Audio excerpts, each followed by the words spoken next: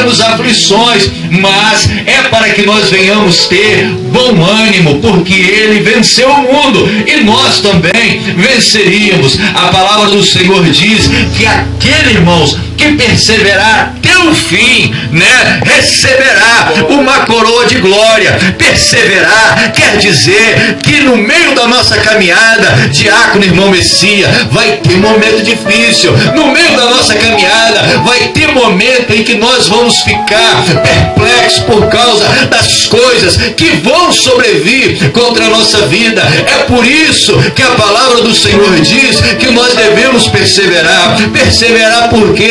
Por causa das dificuldades. Perseverar por quê? Por causa das adversidades. As dificuldades estão aí não para nos parar, não. Assim como bem disse o nosso presbítero Rogério, as dificuldades estão aí para nos fazer crescer. As dificuldades estão aí para que nós venhamos alcançar experiência nela. Porque quando chegar lá na frente, irmãos, nós vamos olhar para trás e nós vamos ver que nós passamos. Porque o crente, ele não fica na dificuldade. O crente, ele passa a dificuldade. O crente, ele passa no deserto. O crente, ele passa pelos vales. Ele passa, irmão Messias. Uma hora vai passar, uma hora vai acabar, uma hora nós vamos chegar lá do outro lado. Bem escreveu o servo Salomão, bem escreveu o rei Salomão, o sábio Salomão. Ele escreveu nos ensinando da tua palavra, ou melhor, na palavra do Senhor, que há tempo para todas as coisas. Há tempo de nascer, há tempo de morrer, há tempo de plantar e há tempo de colher. Se há o tempo da adversidade, vai haver também o tempo da alegria. Vai haver também o tempo em que nós estaremos, irmãos, nos regozijando de toda sorte de bênção. Por quê? Porque a alegria do Senhor é a nossa força. Foi bem dito aqui, bem lido, o Salmo de número 121, não é verdade? O Salmo de número 121 é um salmo rico, é um salmo em que nós temos que trazer todos os dias para a nossa vida e não esquecer dele no dia em que a gente estiver, irmão, passando por esses períodos difíceis, esses períodos de dúvida, estes períodos difíceis, o inverno espiritual que nós passamos. É o momento difícil do crente. O perigo é o quê? É que ele nos traz dúvida. Glória a Deus. Dúvida de quem nós somos, dúvida, né? Se a igreja que nós estamos servindo a Deus é a certa, é a correta, não é verdade? Às vezes vem, irmãos, essas dúvidas na nossa mente. Poxa, será que é? Será que não é? Será que eu estou fazendo direitinho? Será que no momento, em algum momento, eu não fiz alguma coisa errada? As dúvidas vêm. Os discípulos do Senhor estavam com dúvida. Estava. A palavra do Senhor diz que Jesus estava indo para Cesareia de Filipe. Ao lado de Jesus estavam os seus discípulos.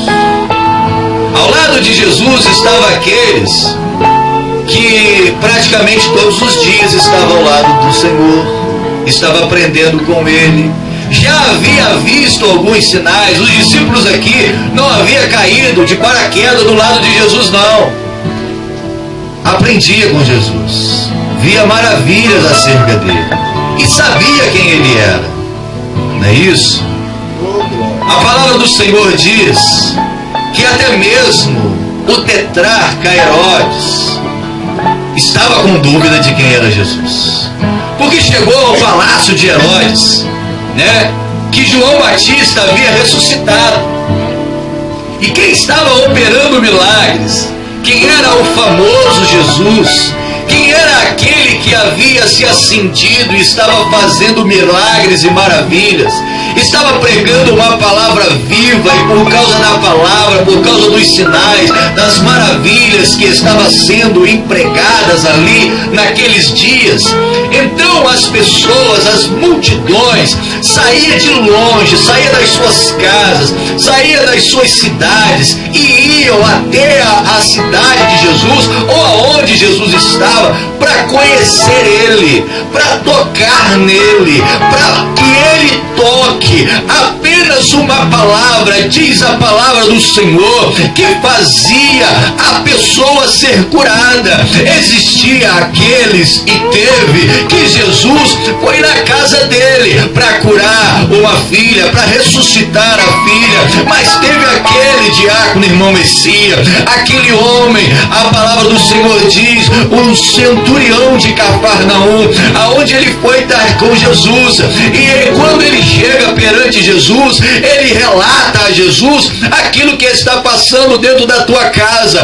Ele diz: olha, eu tenho um servo na minha casa que está enfermo, ele está moribundo. Então Jesus disse o que? Eu vou à tua casa, porque sabia que aquele homem, quando foi ter com Jesus, foi com o coração humilde, foi com o coração aberto, foi porque ele precisava. Nós que estamos aqui dentro nesta noite, nós estamos aqui porque nós precisamos. Nós não estamos aqui como meros ouvintes, ou viemos aqui porque não tem nada para fazer em casa. Não, nós viemos aqui porque tem um milagre para nós nessa noite. Nós viemos aqui porque temos a certeza que Jesus Cristo, Ele está para nos abençoar. Então, naquela noite, naquele dia ou naquela tarde, eu não sei, diz a Bíblia que Jesus Cristo se ofereceu a ir na casa daquele centurião.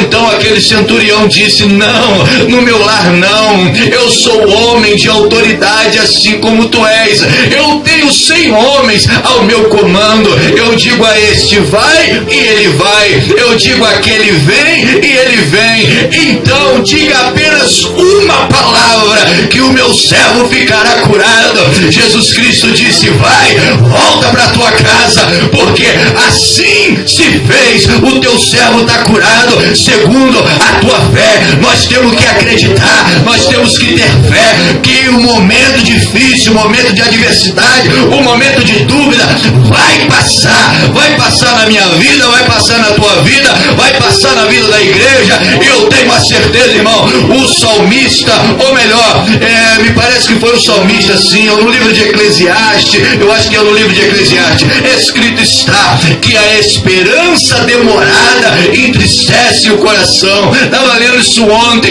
e eu fiquei alegre com este versículo. Por quê? Porque este versículo me deu força, porque às vezes o nosso coração fica triste e a gente fica pasmo, né? A gente fica muito esperançoso naquilo que o Senhor vai fazer. A gente fica muito esperançoso, diácono irmão Messias, em crer, em esperar e querer que as promessas do Senhor se cumpram não amanhã, mas hoje na nossa vida. Quem sabe este dia é o dia que o Senhor entregará na tua mão aquilo que Ele te prometeu. Se não for hoje, irmão, espera mais um pouquinho, espera com paciência no Senhor. Não é assim que diz a palavra do Senhor? Esperei com paciência.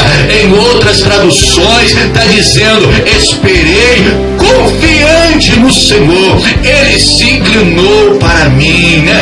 Assim que diz a palavra, nós temos que esperar. Então os discípulos, irmãos, estavam duvidosos. Por quê? Porque aonde eles iam, né, a conversa era, a fofoca era, o murmurinho era: será que este homem não está operando estes milagres, né, através do Espírito de João Batista? Porque Herodes, esse negócio chegou até no ouvido de Herodes. Herodes disse: olha, eu acabei de decapitar João, ele ressuscitou dentre os mortos e está operando milagre. Isso está lá em Lucas capítulo 9.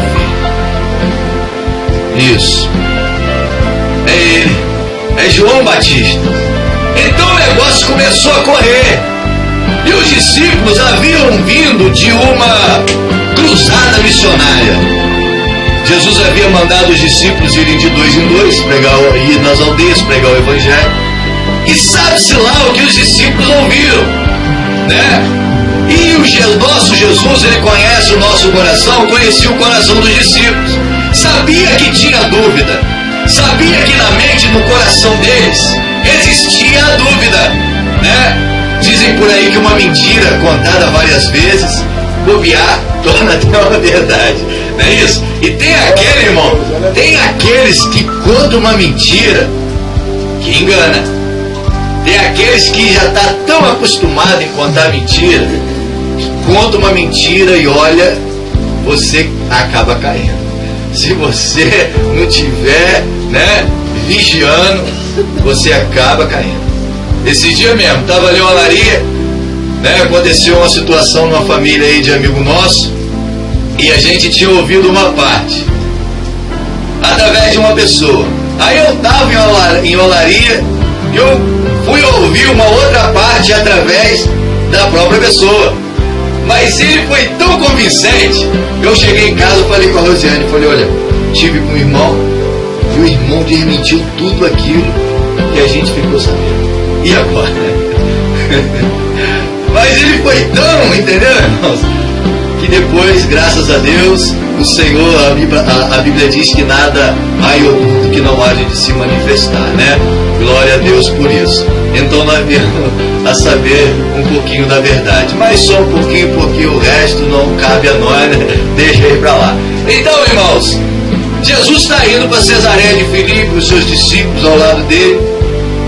Aí Jesus lança a seguinte pergunta aos seus discípulos: o que os homens, olha que pergunta é essa, o que os homens estão dizendo acerca de quem é o Filho do Homem? Olha só, irmãos, Jesus está perguntando para os discípulos, alguém que conhecia o Mestre, alguém que era íntimo do Mestre, né? Tinha Judas ali, ó.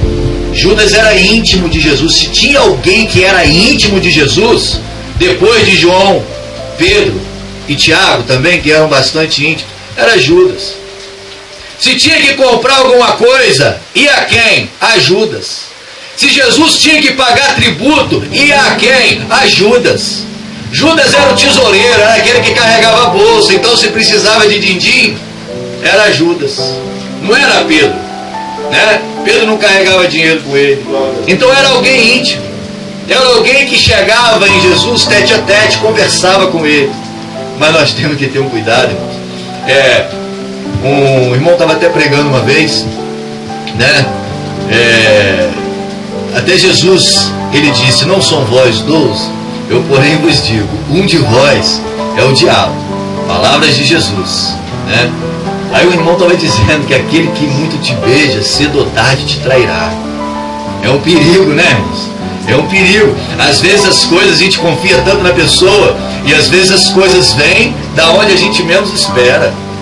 Isso comigo e minha esposa já aconteceu várias vezes. Da onde a gente menos esperava, o tapete puxava, e se a gente não ficar firme olhando para Jesus, né, desviar o foco, o olhar do homem, a gente vai junto. Mas para a glória do Senhor a gente está de pé. Então Judas era íntimo, Pedro, Tiago e João eram íntimos. Quando Jesus subiu ao monte da transfiguração, chamou quem? Pedro, Tiago e João. Intimidade, estava com ele. João era aquele que deitava a sua cabeça no seu peito, chamava ele de amigo. Então eles conheciam a Jesus, Jesus conhecia eles profundamente. Jesus lança esta pergunta, irmãos. Eu fiquei em casa agora de tarde meditando. Por que dessa pergunta? É porque os próprios discípulos deixaram, presbítero irmão Rogério, entrar dúvida dentro deles, porque se não tivesse dúvida, não era necessário a pergunta. Jesus pergunta: o que dizeis? O que os homens estão dizendo acerca de quem sou eu? Aí eles disseram: olha, estão dizendo por aí que o Senhor é Elias. Outros já dizem que é Jeremias. Já disseram até que é um dos profetas. Olha, eu também ouvi dizer que é João Batista, que ressuscitou. Aí Jesus diz para eles: mas vós, o que dizeis que eu sou? Como quem diz assim: o que eles estão dizendo de mim não me interessa. O que eles estão dizendo de mim não vai fazer diferença nenhuma. Mas eu quero saber em vocês, o que vocês estão pensando acerca de quem sou eu, depois que chegou a notícia, depois que vocês ouviram falar de mim aí fora. Entrou alguma dúvida? Porque no nosso evangelho, irmãos, não pode haver dúvida. Pode haver dúvida em outros casos, mas de quem é Jesus para nós não pode haver margem, sombra de dúvida nenhuma. Não pode haver dúvida na nossa salvação. Não pode haver dúvida daquilo que Jesus representa como Salvador para nós. Jesus estava dizendo para eles: olha, o que os homens estão dizendo eu não quero saber, pouco me importa. O que eu quero, a minha preocupação é a minha igreja. O que a minha igreja está pensando acerca de mim é muito sério isso, irmãos. O que a igreja pensa do seu dirigente, o que a igreja pensa do seu pastor. Por quê? Porque quando há dúvida, diácono irmão Messias, quando há dúvida, presbítero irmão Rogério, a gente fica entre um laço de Satanás. Sabe por quê?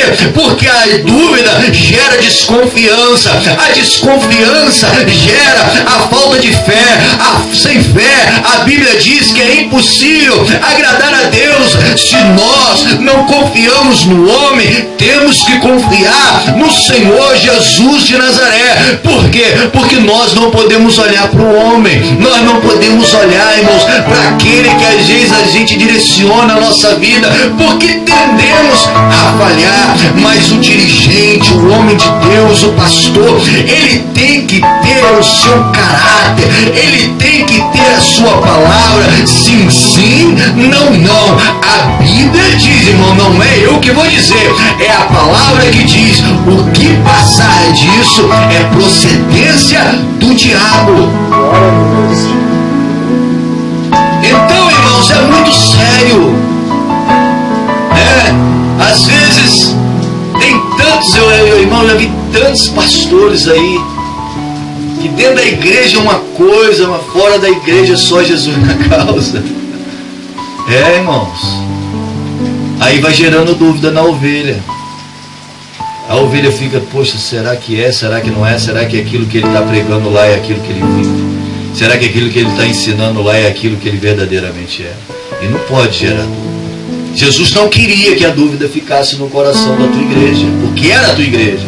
Aí Pedro se levanta e diz: mestre, eu disse que o Senhor é o Cristo. Eu disse que o Senhor é o Cristo.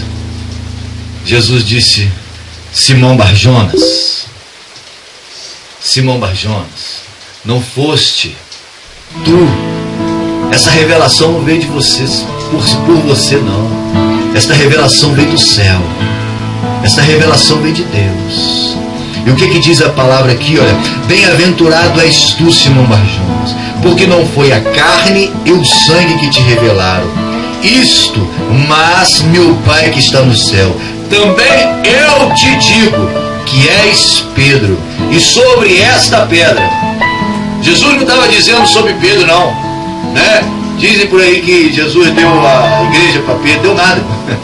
Isso é mentira do diabo, isso é tiro do cão. Jesus estava dizendo: Simão Barjona, tu és Pedro. Pedro quer dizer o quê? Pequena pedra, pequeno cascalho, grão de areia. Tu és isso aí, Simão Barjona. Tu és isso aí, Pedro, pequenininho. Agora, sobre esta pedra eu edificarei a minha igreja, e as portas do inferno não prevalecerão. Sabe por que Jesus disse isso, que as portas do inferno não prevaleceriam contra ela? Porque a igreja seria bombardeada pelo inferno todo dia. Jesus está dizendo aqui, nas entrelinhas, que o inferno estaria na porta da igreja, bombardeando, querendo entrar, querendo destruir, querendo minar, querendo jogar no chão, querendo lançar o pó à igreja. Mas o que ele disse? As portas do inferno não prevaleceria contra a igreja do Senhor. Ah, mas fechou ali embaixo, não. Aquilo ali não é igreja não, irmãos. Não é isso? Aquilo ali não é igreja não. Aquilo ali é um quadrante de bloco.